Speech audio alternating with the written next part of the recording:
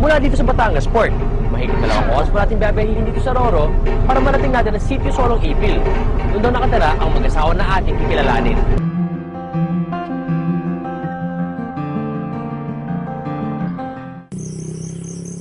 Malalim na ang gabi nang marating namin ang Sitio Solong Ipil, Mamburao, Occidental Mindoro. Walang kuryente sa buong sitio. Tanging gasera at ang ilaw mula sa aming kamera ang nagsisilbing liwanag sa loob ng bahay. Dito namin inabutan sina Shim, 29 anyos, isang katutubong mangyan, at si Janessa, 22 anyos, isang Amerikana. Silang dalawa, mag-asawa. Igan nga siya American nga siya. Ako naman katutubo lang. Iba naman ang buhay nila. Hanggang ngayon, kung minsan naisip ko bakit ganito ang buhay. Naisip ko bakit ako ganito, parang siniswerte naman na yata ako. Kabuhanan na ni Janessa at di magtatagal, iluluwal na ni Janessa ang kanilang panganay na anak. Dahil nga manganganak na si Janessa, darating daw ang ina nito mula sa Amerika. Ito daw ang unang beses na dadalaw sa kanila ang dayuhang biyena ni Shim.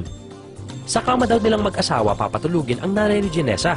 Espesyal daw kasi itong bisita. It's been over a year since I've seen any of my family. So I'm excited. Si Shim din ang personal sasalubong sa biyena mula sa airport sa Maynila.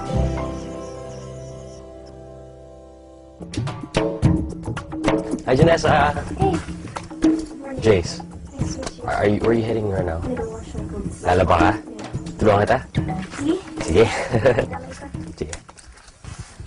Saan ka naglalaba? Nakakagulat pakinggan na ang isang Amerikana matatas kung managalog. At mas higit na nakakagulat sa kabila ng kanyang maselang kalagayan, si Janessa, ang Amerikanang housewife ng katutubong mangyan, naglalaba sa poso. Ano ba yung technique dyan sa paglalaba? May technique I just try to copy what I see the others doing, but they still say it looks funny. I don't know. I don't know why. I think I'm doing the same thing they are. Yeah, I know. I think you are.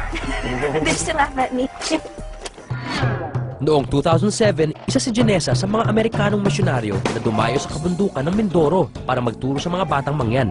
Dito raw niya nakilala si Shim na pilit daw isisiksik ang sarili noon para maging isa sa kanyang mga estudyante. He's just like always smiling at me really big. So I was just like, I didn't like looking at him. I thought, man, he kind of, I don't know, I was scared of him. I thought, maybe he's crazy. And then they said, that's my student. I was like, oh dear Lord, why do I have to be the one that is teaching the crazy or the big guy? 3 buwan na malagi sa bundok si Janessa, kasama ang mga katutubong mangyan. Ito rin daw ang naging daan para lubos niya makilala si Shim. Talagang may gusto ako sa kanya. May gusto ako, pero hindi ko na magkagusto siya sa akin. And I guess a piece of my hair kind of was floating in the wind. And he grabbed it and he's like, wow, it looks like gold. Wow, parang ginto. And so then they're all like, oh, may I touch it? May I touch it? And he's like, no, it's mine. And I was kind of like, I wonder if he likes me. And he's like, Mom, pahawak. And so I said, okay. So he's like that. And I was kind of like, I wonder if he likes me. Nang matapos ang misyon ng mga Amerikano sa Mindoro, bumalik sa Amerika si Janessa para magtrabaho. Magkalayuman daw sila, nananatili silang magkaugnay sa pamamagitan ng sulat. Yung pangatlong sulat niya, kasulat na I love you. At miss na rin niya ako. Pagkatapos sinulatan ko rin. Ang nilagay ko naman sa sulat ko, I love you din. They kind of saw it happening, but they weren't too happy with that. Because they were like, well, you know, he's really poor and he's all of this. And I was like, well, if I was coming here to be rich, I wouldn't have come in the first place just to be a missionary. That's not a goal to be rich if you're a missionary. And so I was like, yeah, it's okay. And they understood. Ipinanganak at lumaki sa Colorado sa Amerika si Janessa, nakapagtapos ng high school at bunso sa 3 magkakapatid. Payak lang din daw ang kanilang pamumuhay doon. Pero malayong-malayo raw sa naging buhay niya ngayon kasama si Shim. I'm pretty sure back in Colorado and Alaska, you used to eat like Salad. Grilled chicken, pasta, stuff like that, mashed potatoes, right? Yeah. Am I right? So, Yeah. dito, ano yung mga adjustments na ginawa mo? Sometimes kamote, and then all of a sudden there's almost no more of that, and so we're just kind of like, and I was like, I wasn't thinking about it like it's a problem. Okay. And of course I thought about, especially when I was nagulili. Basta may laman yung tiyan nyo. Oh, and sometimes even when there wasn't, I would just lay there and I would just think about, like, if you think about something like, you know, I'm so hungry, the food would be so good in America. Of course, I thought about that. I thought about food every day, all the time. Sa kanilang bahay, isang battery-operated radio at isang lumang laptop na gamit pa raw niya noong nag-aaral pa siya ang tanging na paglilibangan niya.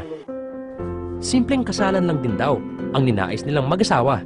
Nagsumpaan sila ng kanilang pagmamahalan sa harap ng kanilang mayor at walang magarbong handaan. So all of our wonderful plans like decorations, no time for that. Our handa was sardinas and pancit. At naranasan din niya ang tradisyonal na kasalan ng mga mangyan. Ayon kay Janessa, lalaki ang magiging anak nila. Wala pa raw silang balak na pumunta sa Amerika, pero nais pa rin daw niyang kahit papaano malaman ng kanilang anak ang tungkol sa Amerika. So what's this box for? Just got a package from my mother. Wow, supportive. Yeah, they're really sweet. Nice. Cute. Let's look at this one. Wow. Disposable, no? No, these are. There's so many, wow. Yeah, I think my grandma loves to sew. Really? She made all She made these? all of these. Nice. Kadalasan, nakakagulat kung ano ang ating nagagawa para lang sa pag-ibig. Parang gusto sa kanya, mamahalin ko lang siya. Basta ang gagawin kong kaya ko. I mean, of course, sometimes I get homesick and I think about my family, but I'm very content. I mean, I really feel like this is my destiny.